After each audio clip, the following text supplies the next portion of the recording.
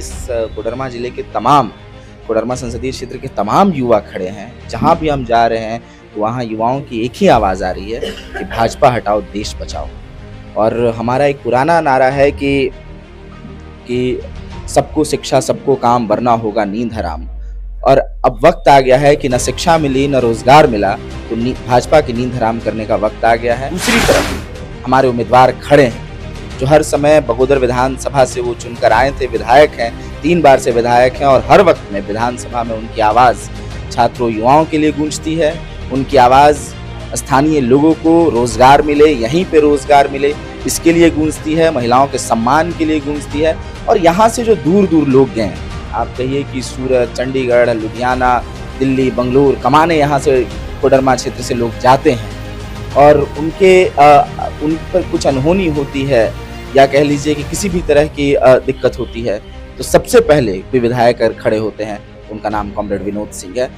जो लोकसभा चुनाव है, भाजपा नारा दे रही है 400 पार 400 पार, तो आपके अनुभव से क्या लग रहा है? मैं स्पीच देख रहा था जब प्रेसिडेंशियल कैंडिडेट के लिए आप स्पीच दे रहे थे, तो न्यू एजुकेशन पॉलिसी के लिए आपने काफ़ी आवाज़ बुलंद की उसके विरोध में। आखिर क्या वजह है जो आप लोग न्यू एजुकेशन पॉलिसी का पूरा फेमस है जेएनयू, लेकिन अभी जो सत्ता पक्ष के लोग हैं आप लोगों पर आरोप लगाते हैं एक नक्सलवाद, देशद्रोही, आखिर क्या वजह है कि आप लोगों पर इस तरह का आरोप लगा? सामाजिक न्याय की जो बात है ये सिर्फ एक धर्म में बात है, हिंदू धर्म में, मुसलमान धर्म में सामाजिक न्याय की बात अभी चर्चा चल रही है पासमानदा मुसलमान के नाम से। तो आप क्या सोचते हैं इसके बारे में कि सामाजिक न्याय का जो मसला है वो सिर्फ हिंदू धर्म में है या मुसलमानों में? देश भर में अलग अलग राज्यों में देखा जाए रोजगार की एक बड़ी समस्या है और जहाँ तक रोजगार के लिए जितने भी परीक्षाएं होती हैं उसमें पेपर लीक का मामला सामने आ जाता है। तो आखिर क्या वजह है कि क्यों नहीं हो पा रहा है? कमियां कहाँ? जोहार मैं जाबाज, आप देखना शुरू कर दिए हैं द न्यूज़ खजाना।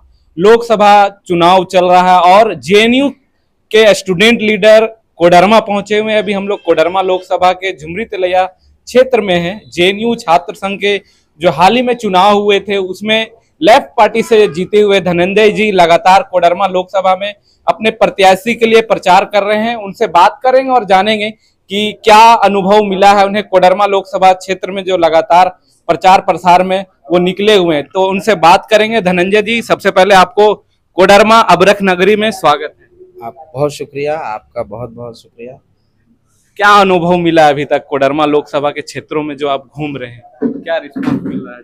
जी, जिस आम चुनाव में मैं आया हूँ और कोडरमा में जहाँ चुनाव है तो यहाँ बहुत साफ है कि यहाँ के युवा, यहाँ के जो छात्र हैं वो जो पिछले 10 साल से त्रस्त थे, जो उनके साथ छलावा हुआ पिछले 10 सालों से कि रोजगार के नाम पर, शिक्षा के नाम पर उनको कुछ नहीं मिला। और आज का ऐसा वक्त है कि उस छलावे के खिलाफ लोग खड़े हैं और भारतीय जनता पार्टी को हराने के लिए इस कोडरमा जिले के तमाम कोडरमा संसदीय क्षेत्र के तमाम युवा खड़े हैं। जहाँ भी हम जा रहे हैं तो वहाँ युवाओं की एक ही आवाज़ आ रही है कि भाजपा हटाओ देश बचाओ। और हमारा एक पुराना नारा है कि सबको शिक्षा सबको काम वरना होगा नींद हराम। और अब वक्त आ गया है कि न शिक्षा मिली न रोजगार मिला तो भाजपा की नींद हराम करने का वक्त आ गया है। और जो दूसरी तरफ हमारे उम्मीदवार खड़े हैं जो हर समय बगोदर विधानसभा से वो चुनकर आए थे, विधायक हैं, 3 बार से विधायक हैं और हर वक्त में विधानसभा में उनकी आवाज़ छात्रों युवाओं के लिए गूंजती है। उनकी आवाज़ स्थानीय लोगों को रोजगार मिले, यहीं पे रोजगार मिले, इसके लिए गूंजती है, महिलाओं के सम्मान के लिए गूंजती है। और यहाँ से जो दूर दूर लोग गए, आप कहिए कि सूरत, चंडीगढ़, लुधियाना, दिल्ली, बंगलुरु कमाने यहाँ से कोडरमा क्षेत्र से लोग जाते हैं और उन पर कुछ अनहोनी होती है या कह लीजिए कि किसी भी तरह की दिक्कत होती है तो सबसे पहले कोई विधायक खड़े होते हैं। उनका नाम कॉमरेड विनोद सिंह है। तो ऐसे युवा को, ऐसे तरक्की पसंद युवा को जो चाहता है कि कोडरमा का भविष्य अच्छे हाथों में आए, कोडरमा का भविष्य सुधरे, यहाँ जो खादान है, जो हबरा का खादान है उसको औद्योगिक प्राधिकरण किया जाए उसका, और यहाँ के लोगों को ज़्यादा से ज़्यादा रोजगार मिले। इस सारे सवालों पर मुझे लगता है कि अभी के वक्त में कोडरमा के जो सबसे बेहतरीन कैंडिडेट हैं, उधर कोडरमा की जो ज़रूरत है वो कॉमरेड विनोद सिंह है। और उसके साथ साथ पूरे देश में भी ये जो गठबंधन बना है दलितों का, नौजवानों का, छात्रों का, आदिवासियों का, महिलाओं का, इस गठबंधन का नाम है इंडिया गठबंधन। किसानों का, इन सारे लोग एकजुट हो चुके हैं भाजपा सरकार के खिलाफ। और 20 तारीख को यहाँ पे चुनाव है और यहाँ के लोग झंडे पर 3 तारा पे बटन दबाने जा रहे हैं। कैसा समर्थन मिल रहा है खासकर कोडरमा लोकसभा में? बिल्कुल समर्थन भाकपा माले को पूरी तरह से, इंडिया गठबंधन के प्रत्याशी कॉमरेड विनोद सिंह को पूरी तरह से मिल रहा है। और लोगों ने मन बना लिया है इस बार कि अगर इस बार संसद में कोई जा रहा है कोडरमा क्षेत्र से तो उसका नाम कॉमरेड विनोद सिंह ही होगा। क्या लग रहा है कि आने वाले जो लोकसभा चुनाव है, भाजपा नारा दे रही है 400 पार 400 पार, तो आपके अनुभव से क्या लग रहा है? भाजपा को लोकतंत्र में विश्वास नहीं रहा है। भाजपा को लगता है वो जो बोल देगी वो हो जाएगा, लेकिन इस देश की जनता तय करेगी कि किसको कितना वोट मिलेगा। और जिस तरह से जनता को त्रस्त किया गया है, जिस तरह से बार बार कह रहे हैं कि 400 के पार अगर सीट आएगी तो संविधान बदल दिया जाएगा, 400 के पार सीट आ जाएगी तो समता समानता बराबरी का हक छीन लिया जाएगा, 400 से पार सीट आ जाएगी तो हिंदू मुसलमान में मतभेद कर दिया जाएगा। और यही इनकी कोशिश है, देश तोड़ने की कोशिश है।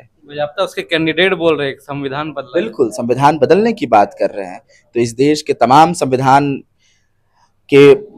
पसंद लोग, न्याय पसंद लोग, तरक्की पसंद लोग इस पर पूरी ताकत से लग गए हैं कि जो संविधान तोड़ने की बात करेगा उसे हम छोड़ेंगे नहीं।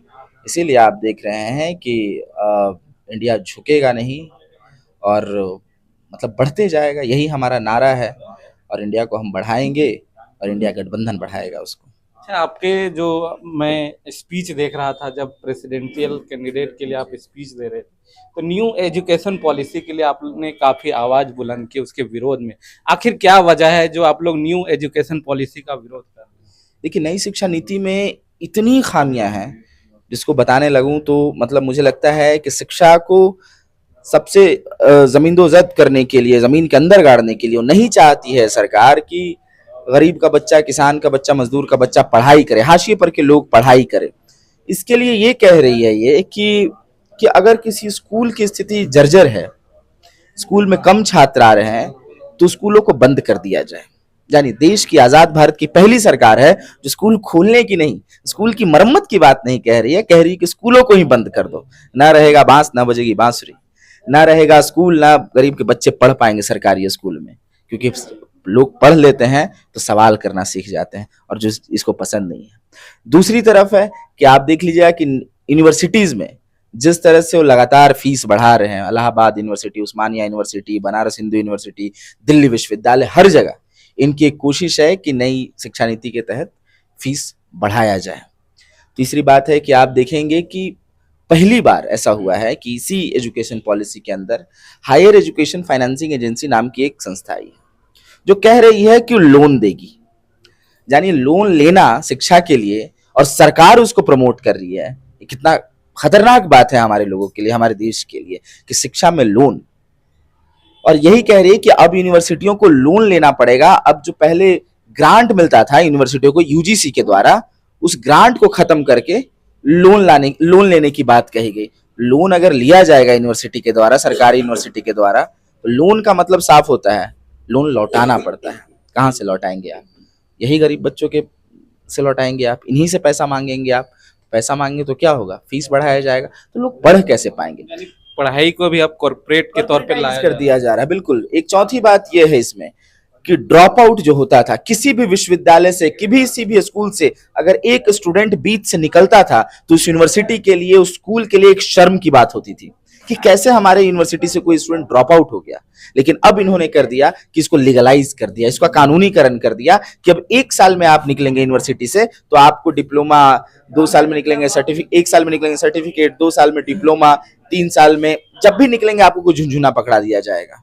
तो आप जानिए कि अगर एक छात्र सर्टिफिकेट लेके नौकरी की लाइन में लगा रहेगा और दूसरा छात्र जिसके पास पैसा है वो ग्रेजुएशन की डिग्री लेके निकला रहेगा, तो नौकरी किसको मिलेगी? बहुत साफ बात है इसकी। आप जिस यूनिवर्सिटी से आते हैं कि वर्ल्ड में पूरा फेमस है जेएनयू, लेकिन अभी जो सत्ता पक्ष के लोग हैं आप लोगों पर आरोप लगाते हैं एक नक्सलवाद, देशद्रोही। आखिर क्या वजह है कि आप लोगों पर इस तरह का आरोप लगता है? देखिए, जेएनयू देश का एकमात्र ऐसा यूनिवर्सिटी है जहां 185 रुपया में सेमेस्टर का पैसा लगता है। 185 रुपया में छात्र पढ़ते हैं। आप देखिएगा कि कोडरमा के किसी गांव से आपको स्टूडेंट मिल जाएगा, उड़ीसा के कालाहांडी से लोग मिल जाएंगे, तेलंगाना के किसी गांव से मिल जाएंगे आपको स्टूडेंट पढ़ते हुए वहाँ पे, राजस्थान के, गुजरात के, नॉर्थ ईस्ट के, कश्मीर के, हर जिले के, हर जगह के गरीब बच्चे पढ़ पाते हैं 185 रुपया में, और 10 रुपया हॉस्टल का फीस है। और दलित समाज, आदिवासी समाज के बच्चे वहाँ पढ़ पाते हैं सबसे कम पैसा में, और सपना भी होता है उनको जेएनयू में पढ़ने का।